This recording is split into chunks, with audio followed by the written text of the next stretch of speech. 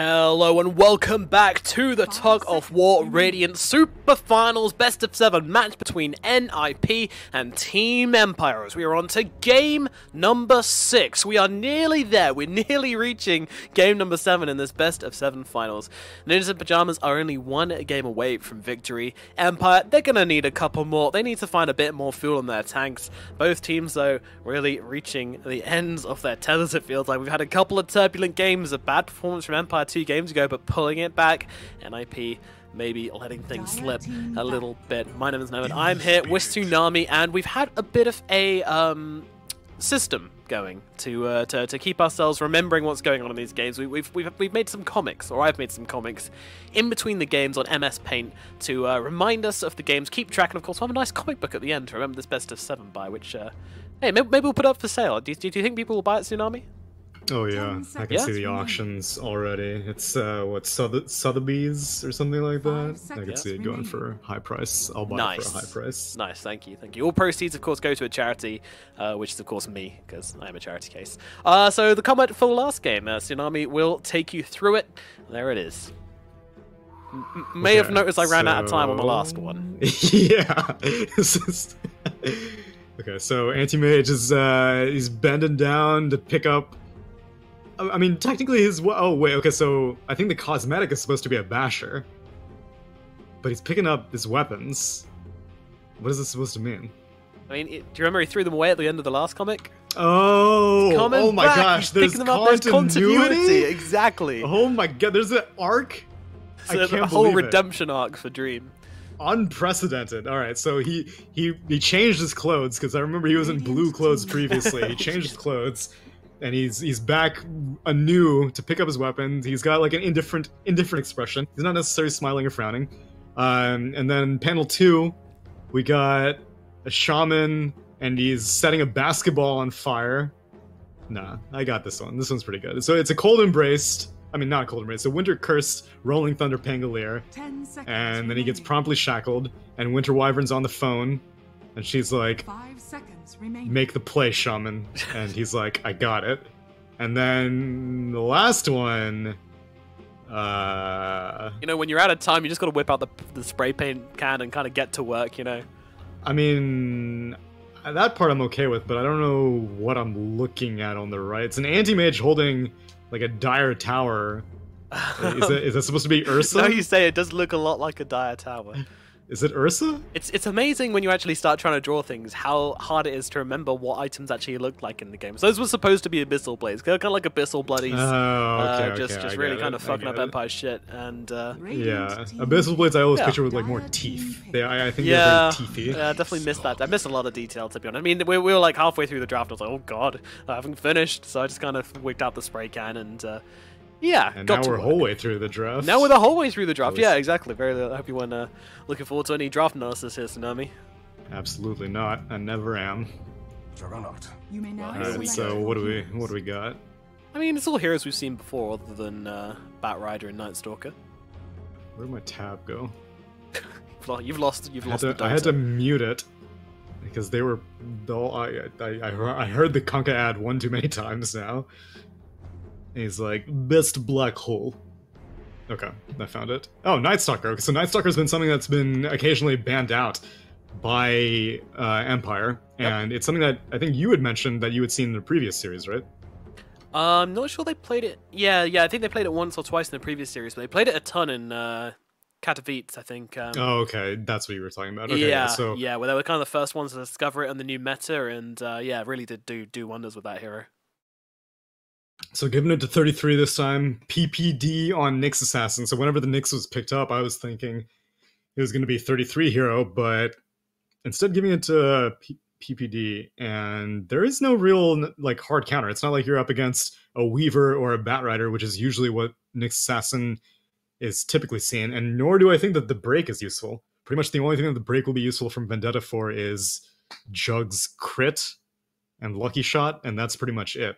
So the Nyx Assassin pick is interesting. It may have just been they didn't want to give the Nyx Assassin because they picked the Bat Rider, and they were like, well, whatever. We'll pick it ourselves, and that way they can guarantee that Saksa doesn't get countered out. But it's two heroes that could have been 33 heroes, and instead they give 33 a Night Stalker. So they have a lot of faith in the pick, but I am not as confident as Iceberg and Phobos are going with NIP this time. I don't necessarily think that Empire have like a great draft themselves, but it's more traditional than what NIP have gone for. So I think I might go Empire this time. Going for Empire, holding out for the best of 7, Tsunami. What did Colden say? I missed it. I missed what Colden said as well as I was looking at the draft heroes. But yeah, I mean, it's feeling like a pretty good game for the Juggernaut, to be honest. I mean, well, actually, I don't know. Is it? You've got Silences, you've got Lassus, you've got a lot to go through that.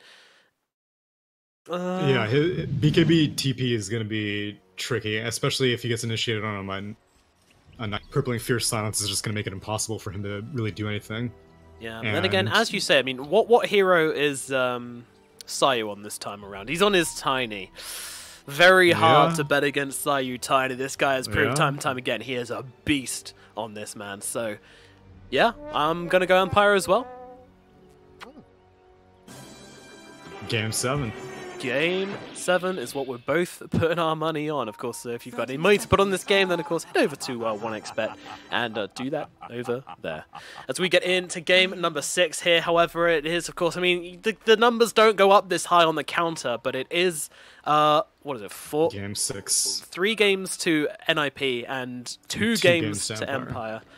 It's getting to the line here, folks. It's getting to the line as Sayu starts harassing up with Saxa here. A lot of aggression in the top lane, actually. PPD comes forward for it. A spin out from Dream's going to stop him from getting... Ooh, interesting here that 33 actually manages to steal the bounty rune, and because Black Archangel turned around for the bounty, it means they're not going to get the kill onto PPD either. He should be able to juke himself away from this one, although he's... Yeah, he's fine. Yeah, he's fine. Active Ban has a pretty damn long cooldown, so as does Spin.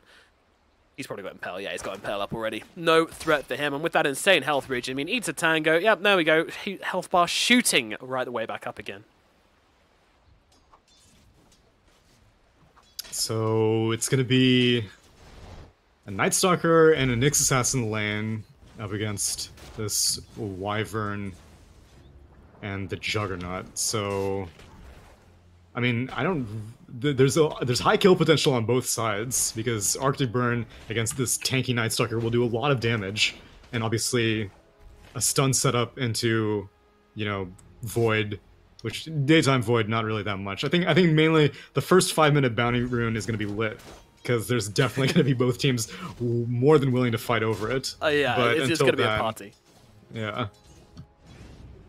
I am excited for this bounty runes, but we've got a bit of laning to go until then, as Fata laning up versus Kodos in the middle lane, 1 on the Ember, 1 on the Pangolier, so they get to work Ember with the early advantage here.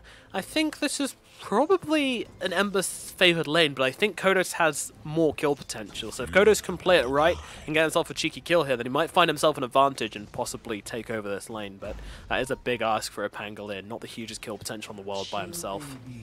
Yeah, and he has no way to really burn down the Flame Guard, so once Ember Spirit gets a few points in it, Shield Crash is not going to be able to do enough to get rid of it, and that means that Fata can just run down Kodos, because, I mean, yes, technically you can swashbuckle away, but you're a mid laner, you need to be swashbuckling in for creeps, not swashbuckling away to, you know, just stay alive.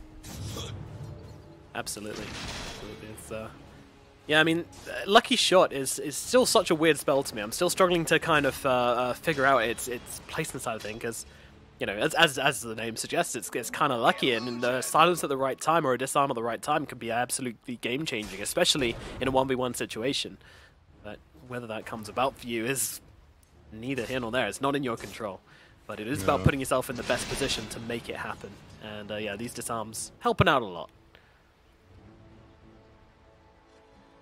I'm wondering why they opted to. I mean, I guess Jug mid is like equally much as much of a struggle, because like you have Blade Fury, but I don't know what the damage. I would think that Blade Fury would be able to burn down a Flame Guard. Whoa, spin out. PPD could be in some trouble. Arctic Burn, yes it can, and the Splinter Blast. PPD dies as first blood, and that kill is going to go to Black Archangel as well. So bit of goal for the support. Always feels pretty nice.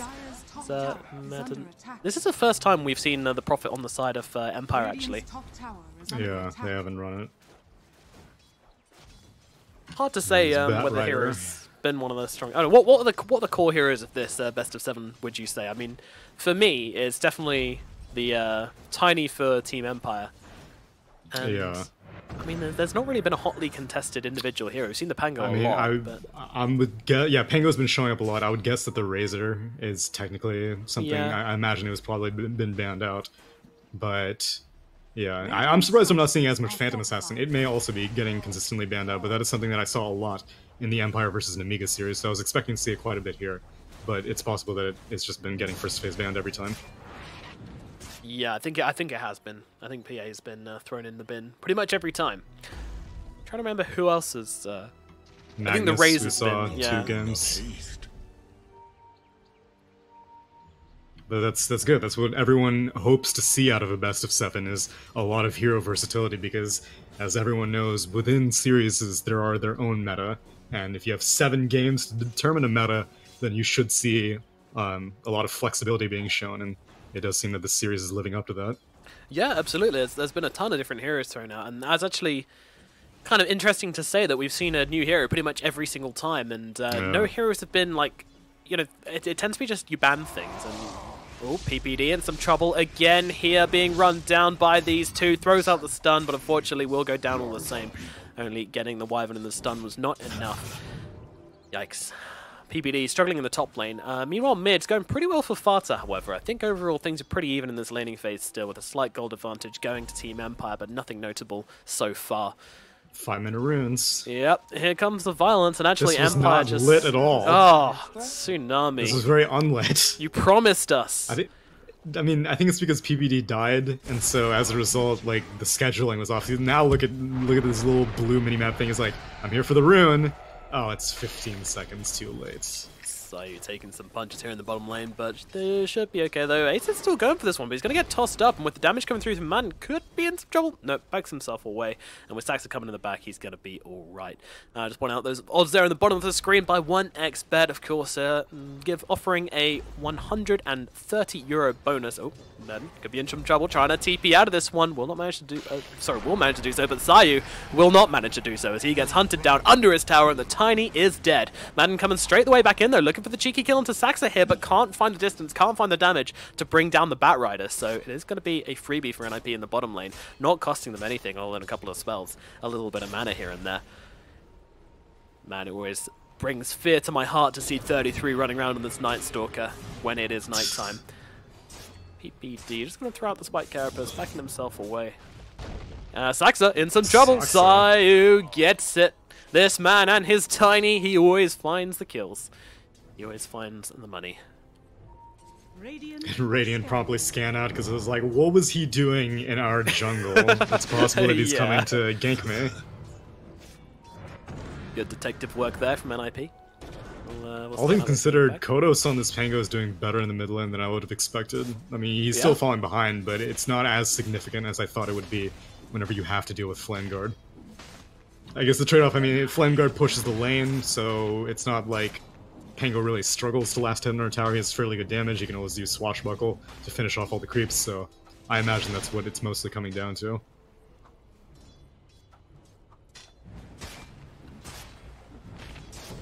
Seven minutes in, it's 1 kill for NIP and 3 kills for Team Empire so far.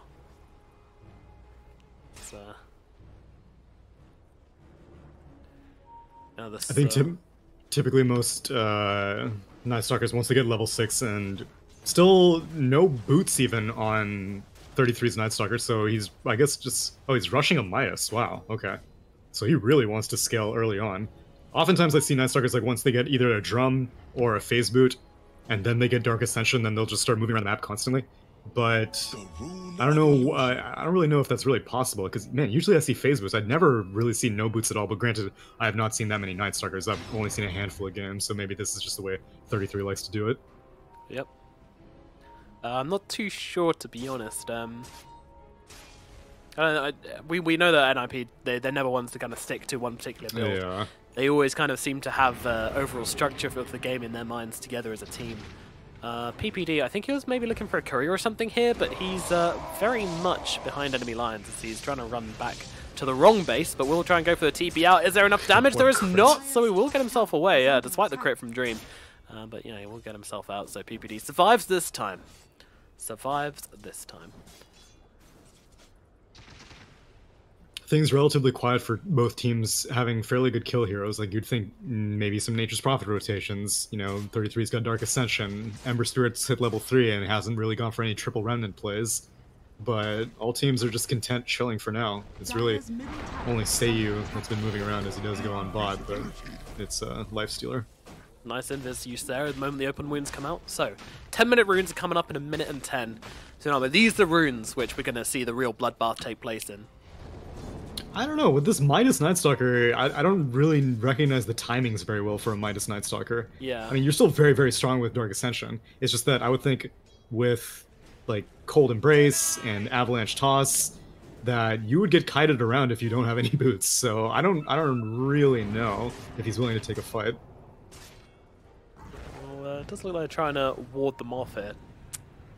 I was kind of hoping that everybody would just flip their desks and roll up their sleeves and take their shirts and just start smashing into each other, but it doesn't seem like that's going to be the case here, as both teams playing very cautiously around each other so far.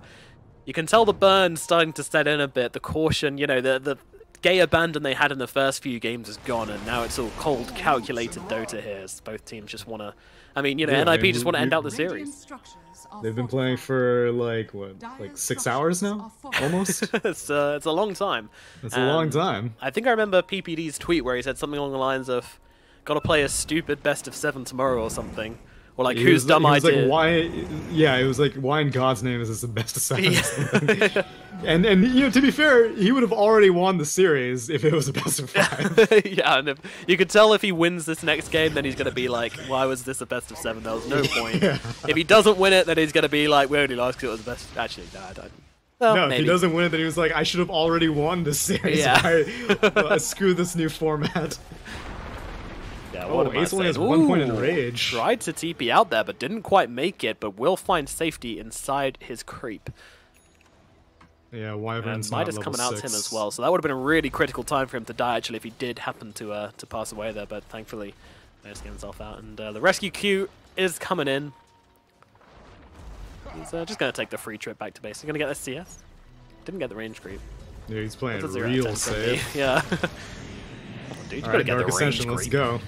Yep, they're going for it. They're trying to run down somebody here. Black Archangel will throw down the Splinter Blast to try and slow them out. They're trying to go for Madden, but nope, changing targets to Seiyu now. They're really not sure who they want to go for him. With the TPs coming in from Empire, I think that's going to force NIP back and possibly put them in a risky situation. The TOTS come through and the right click finish off Saxter. 33 fighting up with Kodos here, but there's 4 heroes coming in for him here. 33, this is not the fight you want to take, so swashbuckle forwards and the damage comes through, and they will get that kill. NIP lose 2 in the bottom lane as Dream just continues farming up in the bottom as they're up in top. So they do go, but Nightstalker doesn't even have his Midas completed. All he has is the Glove of Haste. So a very weird timing because it's not around a rune fight, and it wasn't necessarily around any ultimates because like it was just Dark Ascension, but you've had that.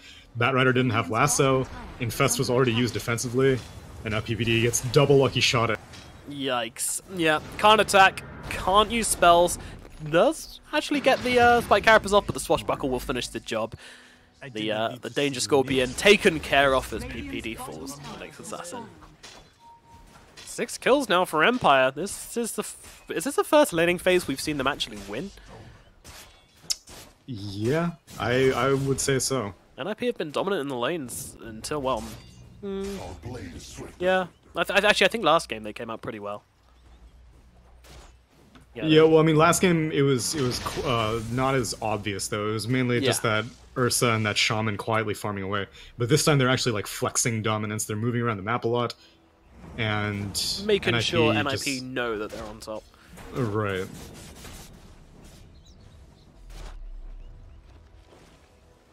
And Joy has Omni, and Rolling Thunder's up, Winter's Curse is up, and looks like they want to turn it into a group push as Prophet will start teleporting in.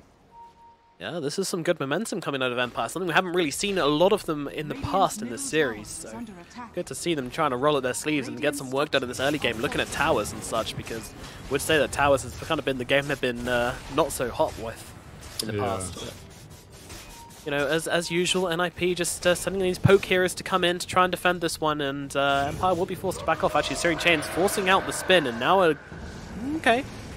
They're going to actually go for this one, as in they come with the Rolling Thunder. Nicely timed there onto PPD. Now the Omni Slash as well, but there's a lot of creeps to absorb a lot of this as well, as it will bounce around and not achieve a whole lot. Now 33 coming in, wants to find Black Archangel in the backline, just punching the Wyvern in the back, and will get that kill. Now look towards Fata.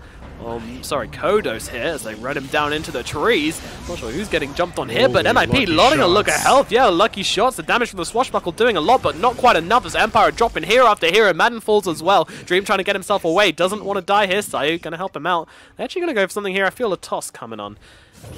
They're going to get chained up together, but the toss forwards onto Ace. Hello, sir. And now the spin out onto Saxer as well, but it's really tricky actually finding hero to go through the avalanche. Is it in range? Yes, it is. Sayu again and again.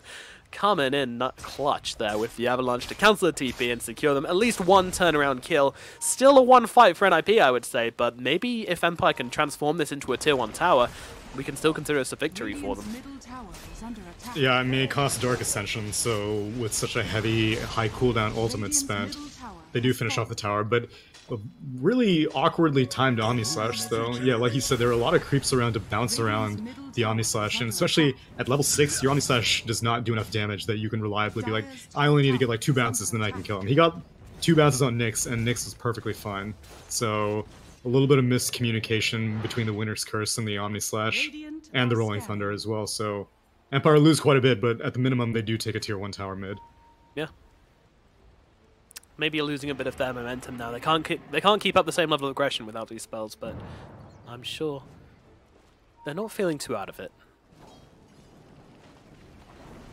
And Black Archangel is not going to challenge that top bounty, so 2 go the way of NIP, and 2 go the way of Empire. Balance in all things. So, I mean, yeah, there's this Night Stalker Midas, as we've seen, you know, anything which is kind of slower paced in the game now kind of favors NIP with the heroes they've got and the builds they've decided to go for. Wouldn't have said that normally, but with the 2 Midases and also an Ember Spirit who always likes a nice long game, yeah, it's definitely on Empire to try and end this one. And they're actually going for the Juggernaut build. You know, we've seen this so much where they go Yasha, drums, and then straight into the Diffusal, just to try and be aggressive, be active around the map, and fight up against NIP. And I think that's exactly what they need to do. They're just going to try and play a different timing to them. Yeah, because they can rely on Ace to go as greedy as possible, which he is. He's got the Midas, and he's got a Radiance queued up afterwards, so this is definitely the way you should be playing if this is how your Lifestealer is going to build. Dire's top tower is under attack. Well, Fada will take top tower. Maybe a little bit of action on top as Black Archangel trying to find Saxer, though Saxer trying to play up with Dream. I'm not really sure who's going on who here. It's definitely Saxer who needs to run away, but a nice little weave, make some nice S's in the trees, just carving up and getting way out of sight.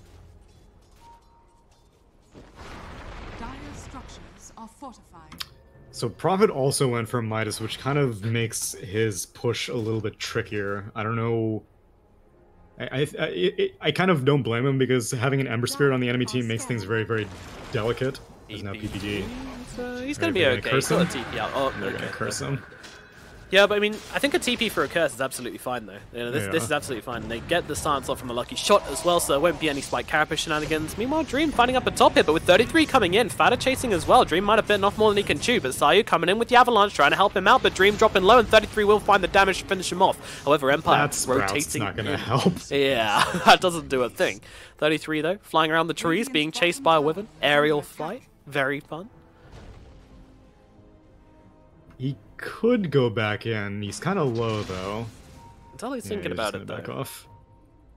I mean, the thing is, you get so much extra damage, don't you, for on the Night Stalker, that the attack speed which Midas gives you is also pretty damn nice as well. Yeah, it's just that, unfortunately, Crippling Fleer doesn't give, like, the miss chance anymore. It's just a silence. And so if you run into, like... I mean, Juggernaut's dead, but even, like, a Pangolier who has this Maelstrom... oftentimes Night Stalker could very easily go into these one-on-one situations, but now that you don't have the miss chance anymore, it's a little bit more difficult. Alright, well, stats definitely looking a little bit funky, as some heroes dying a lot and some heroes killing a lot, and nothing really in between this game. So there has been a decent amount of action, I would say. Not an insane bloodbath game like we've had in the past, but yeah, both teams kind of measuring each other up here. But I think, I mean, NIP definitely have the advantage. You know, they're the team which is further ahead, and they've got the farming items, so you always feel good in that situation. Yeah, especially since, like I said, the Prophet is not able to create as much pressure as Prophets typically like to. Yep. And PPD is like well, the exact same place as last time. Nope. It's definitely watered, guys. I'm 100% oh my god, now. this is exactly the same thing that happened pretty much last time. He's got the spin. Is he going to TP? Now 33 needs to come in randomly with Dark Ascension. Oh yeah, 33 is posted up. He does not have Dark Ascension though. Oh, okay. They do have Lasso, though. Trying to find Kodos here. We'll be able to get that Lasso off and drag him onto the high ground, but Fada is silenced for the time being, but 33 most certainly is not as he runs in, trying to do the damage onto Kodos here. Spin, trying to keep him alive. They're going to even throw down... Oh no, the burn! Cold embrace inside the burn. Never a good idea. As Dream now getting focused down as well, and he can't do a thing. A TP out is going to save the other guy, but Dream will go down. And that Juggernaut Dark Ascension very soon now. Oh, he does not get the TP cancel. But Black Dark Angel will go down. Yep. Well, NIP looking at the tier 2s now and winning fight after fight after fight. This aggression coming out from them is surprising, but also very effective. Dire's top tower has fallen. I don't know what this Prophet has been up to. This is like such a anemic Prophet. I mean, I'm pretty sure he just evacuated the thing altogether as Seiyu does get caught out by PPD. Yep. He gets his cheese grated by Ace. No chance there. And this is Ace before he's even got the Radiance. I mean, it's coming out to him now, but he's been kind of sitting back, not really joining in too many fights, but now he's going to be fighting as well. So they've got this extra threat of the Radiance Lifestealer in these fights. It's really rough for Empire. They need to hope for good Winner's Curses. I think that's really their best solution in this game. I mean, PPD will continue giving up his life, but it's working out because Lifestealer has gotten so much room out of this. I mean, freaking Midas Radiance at like 18 minutes is an amazing pace for a hero like that. And if all it takes is for your Nyx Assassin to run the enemy teams a bunch of time, then he's sure going to do that. Like, he's absolutely going to do that. They're going to be like, oh, we're getting loads of kills. And look at these odds now, 6.7 on Team Emperor. 1.1 is more than I would expect for NIP, to be honest, because this game's looking pretty damn good for them. So, I mean, they did drop 2 games, so... True. Dream trying to get himself away. Ace chasing him down. He's going to go for the spin, but could still be in some trouble. Meanwhile, the top Saxter is in a lot more trouble, but the Lasso comes out, holding Madden still, and now with the extra heroes coming in, PPD and Fada will blow him up. Meanwhile, Kodos just trying to get himself away here. The Cold Embrace going to buy him a little bit of time. Black Archangel throws his life in for the greater good, but 33 is chasing, and this Night Stalker doing exactly what he needs to. Just stay on top of heroes, stop them using spells, slow them down, and allow the rest of NIP to catch up and kill Seiyu. Pangolier will be able to get himself out, but, I mean... it's a small compensation for what they lost in that fight. Feels like this game, Empire, aside from Seiyu's Tiny, they drafted NIP heroes. So they drafted the Pango, they drafted this Nature's Prophet, but they're not playing them the way that NIP does. And NIP plays these heroes fairly well. I know what you mean. Like, Prophet is not one of these heroes you can pick up if you're just kind of looking for that, you know, support to trying to help out, you know, get some deep ward zone with teleportation. He plays a very unique game. And yeah, as you say, Empire not really achieving that. Man, is he trying to get the deny here? Okay, one tree.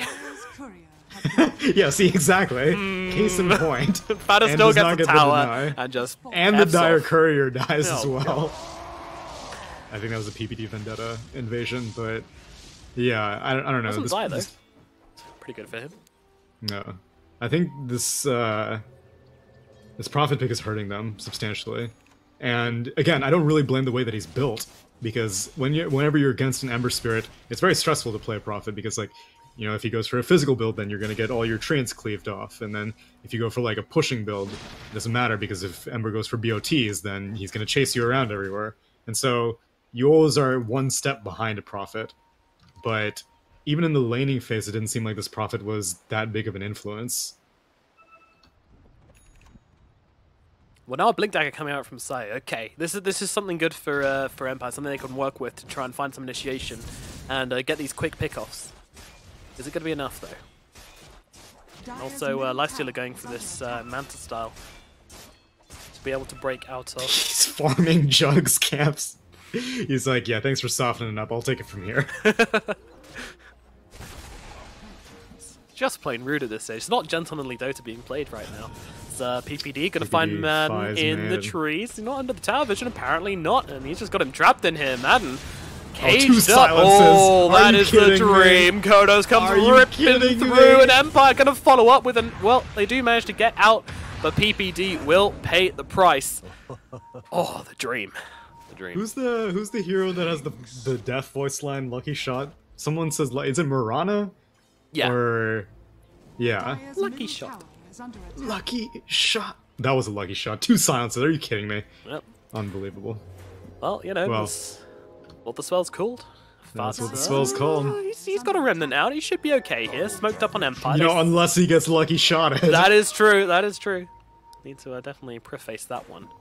They're kind of walking around each other here, and they will not be able to... He doesn't even wait. He doesn't even, like, as soon as he hears the little instrument, the Spanish guitar, he's like... Oh my god, there is such initiation, but immediately throwing out the Winter's Curse is enough to say Kodos. It certainly is for the time being, but he's still got a way to go before he can get out of this one. Meanwhile, TP out from Black Archangel will be able to escape. Kodos, unfortunately, will not. They run him down, and RP find the kill. Meanwhile, PPD searching for the +1. He's following Dream around here. He's very delicate. He doesn't know if there's sentry wards around here. Coming through. They're quick. They're on top of Dream here, and the silence comes out perfectly here. Dream needs to get himself away, gets himself to a shrine, but he's silenced up the entire time, can't do anything but die as he's run down by NIP. They find the big carry, NIP, they hit gold.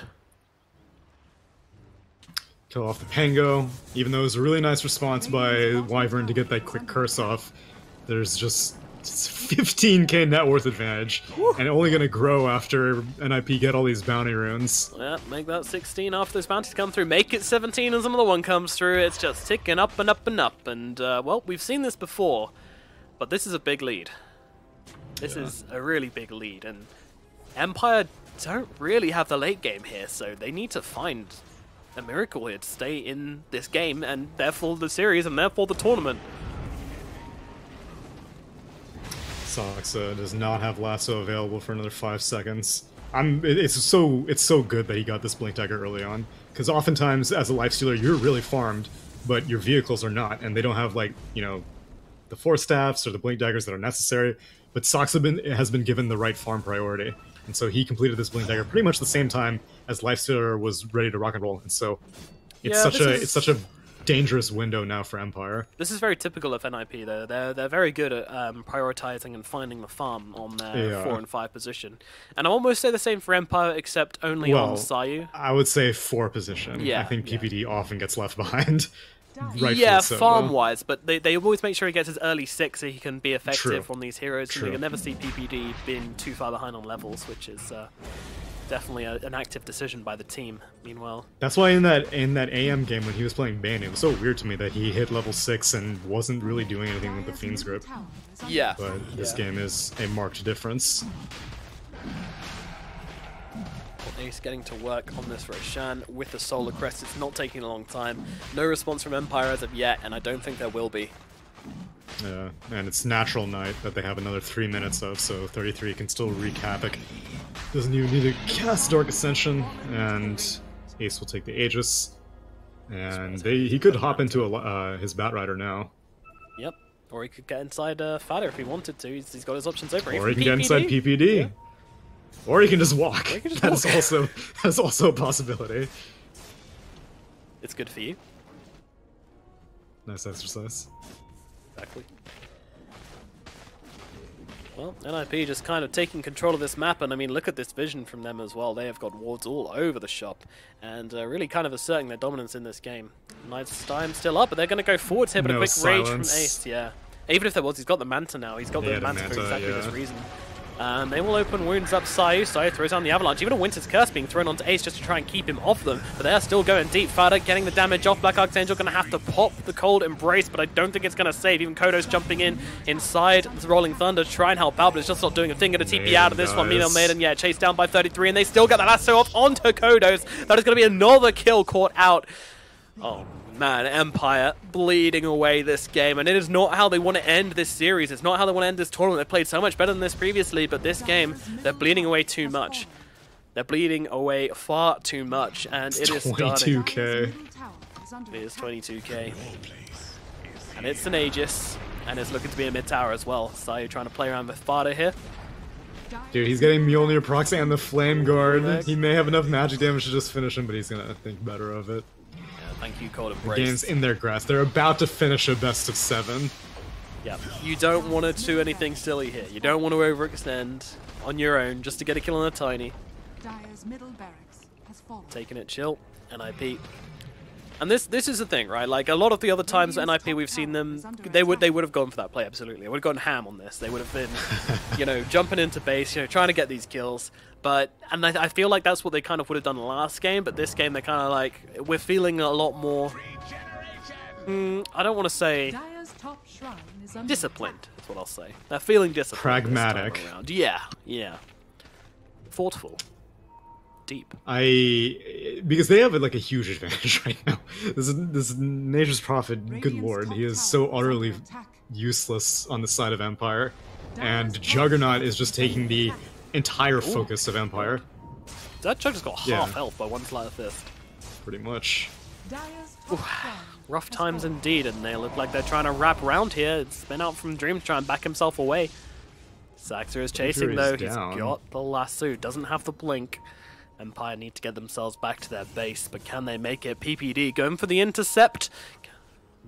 Looks like actually Dream's hanging around. Sayu, this open wounds, Radiant comes Ward, out, but yeah. in comes the Cold Embrace. Meanwhile, they find Dream on the backlines. This is the real target all along. It was only a Bamboozle in front. Meanwhile, 33 jumping in with the Silence of Black Archangel taken out. There is not going to be a Winter's Curse in this fight, and Sayu demolished. Dream trying to make his way out of this fight, just trying to spin back, but they're running out of base, and they've Madden in the backlines as well. Down goes the Prophet. The Omni Slash being used, but there is just no damage coming out of Dream right now. It's almost a survival technique, and it is not going to pay off. He's still going to die here. Stop 33 sprouting. doesn't care He just about flies trees. over It it. doesn't matter. GG is called, and NIP will be your victors of the Tug of War Radiant. Wow. What a series. Well, we didn't make it to Game 7, but we certainly made it to Game 6, and I'm glad we did, because this was an entertaining series as hell. And then IP are the first best of 7 victors in 5 years of competitive Dota. What a medal to have. That is what a medal to have. Absolutely, that is okay. I'll do a game recap while you give me a 1-panel comic of this game and maybe the series as a whole. Oh boy. So overall, I was impressed with the versatility that both teams showed. Both Empire and NIP were picking heroes that were new pretty much in every single series. They had a few mainstays. Seiyu Tiny was definitely the one for Empire. I think Fada Razor was a big important one for NIP. 33 Pango was definitely something that they were going towards a lot, but everyone else is playing a lot of heroes. Ace played a lot of different heroes, Saksa, PPD. Ultimately, I think Empire being very creative with their Nature's Prophet may have cost them in this game, because this was not a good indicator of what a Prophet is capable of. So he didn't do very well. And then they sent Kodos mid on Pango versus the Ember Spirit. That also, it didn't really pan out however they were hoping to. I mean, he did not as badly as I was thinking that he would have, but still, as a Pango, and specifically as your mid-core trying to help out a Juggernaut, it's the same thing that we had seen with Juggernaut in the previous series, is that, you know, it's great. I think in the previous series he was paired with an OD, and the OD had a lot of utility. He had like a Scythe of Ice, but there was no damage to follow it up, because Juggernaut was just too underfarmed. Same thing this game. Like, Juggernaut was too underfarmed. They had great utility. They had Rolling Thunder. They had a Greaves on the Pango.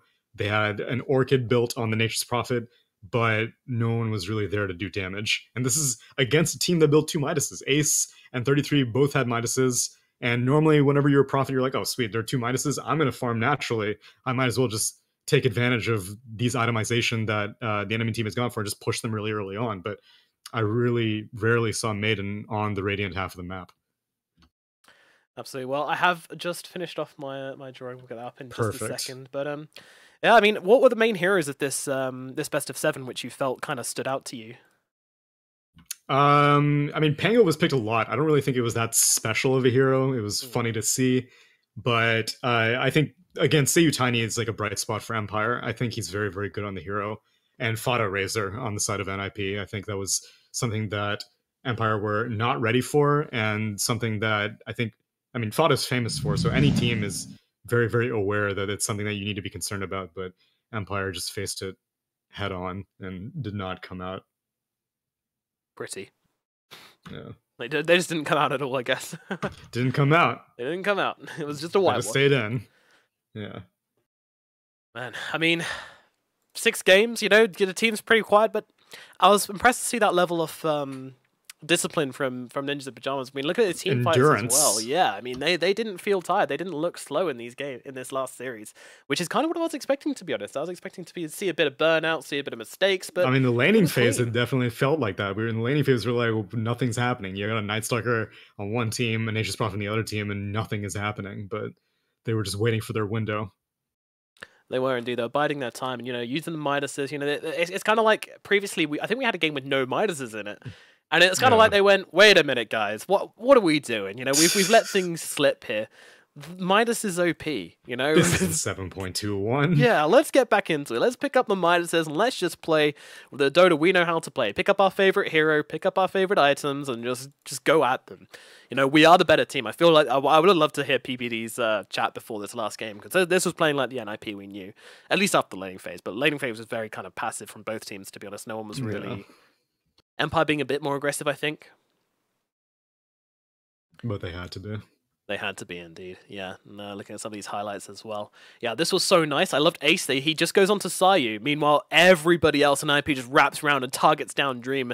And, you know, they don't get Dream, but they get Black Archangel to Sayu as well. So it doesn't even matter. They just stop Dream being able to jump in and just target anybody out, find any supports. They force him to be so defensive in these fights that he can't make anything happen. And here, like, this Omnisash is terrible, but what else could he do? He's just trying to make something happen, you know? He's got 2 heroes dead. He's got to try something here, and unfortunately...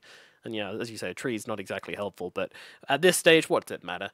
And there's a GG called, and yep, there's your aftermatch stats. Nothing particularly surprising here. I mean, the damage from NIP thrown, actually a 70k damage game in total for the team is not that much. Yeah, but with a bunch of strength heroes like Lifestealer and Night Stalker, Empire have to deal so much more damage just to get the same number of kills. Yeah, absolutely. It's do you think they're going to be disappointed about this last game, Team Empire? Or I think in the series in general, I think they'll be pretty happy. But being this far in the tournament was a gift to them, because they did lose to the Pango technically in the very first phase. So anything that they got was just gravy. But they got this far, and I think it would have been a bigger emotional break for NIP to lose than it was for Empire to win, because NIP has been going to DPC events. Empire have yet to go to any DPC events, I believe. And so any exposure that they get to teams that are better than them is great. And so they didn't get to play against Gambit because Namiga played Gambit, and so they didn't get to play against the other DPC attendee in this eastern side. Yeah, eastern side. And they played against Na'Vi, but they completely whooped Na'Vi 2-0. So yeah, I'm sure Empire are just happy to get the experience. And for them, a best of 7 is basically like a long scrim, because how often... a very long scrim. Yeah, I don't know how often European and CIS teams scrim with each other. I imagine it's fairly frequently, because just the geography makes the server much more amenable than, you know, going to China or Southeast Asia or North America teams. So I imagine they practice with each other quite a bit, but that's the beauty of these online tournaments. You know, the stakes are lower because there are no points on the line, but, you know, there's still prize pools, there's still pride, and there's a slot to the Mad Moon tournament, which NIP have now properly qualified for. They beat the Radiant Tug of War. They qualify for Mad Moon. I don't know if there's like a Dire Tug of War or something like that to be like an equivalent tournament, but they will get more LAN exposure. And PPD and NIP have been grinding out LANs. They have been going to events that are not DPC tournaments all over the place. They're going to be going to ESL Mumbai. They were directly invited to it. And so they're trying to get as much experience as absolutely possible. Well, that will put an end... Oh, sorry, my comic. I didn't spend this time. Oh, yeah. So how are we wrapping this? Aww. There you go. Aww. There he is. Your little ninja in pajamas. Celebrating. Why does he have duck pajamas? I mean... You don't have duck pajamas? Pink pajamas with duck print on it? I mean, why wouldn't you just do the NIP logo? Because that would be far too simple and straightforward. You know, I'm a Of roundabout course. guy. I take roundabout way things, and you know, it's adorable, right? Like little duck I like pajamas it. for our 10 little out of ninja in 10. pajamas, and he will be our victor today and take home the title of best team in the tournament, and also a fair chunk of change as well, as we see the full bracket coming up behind our little ninja here.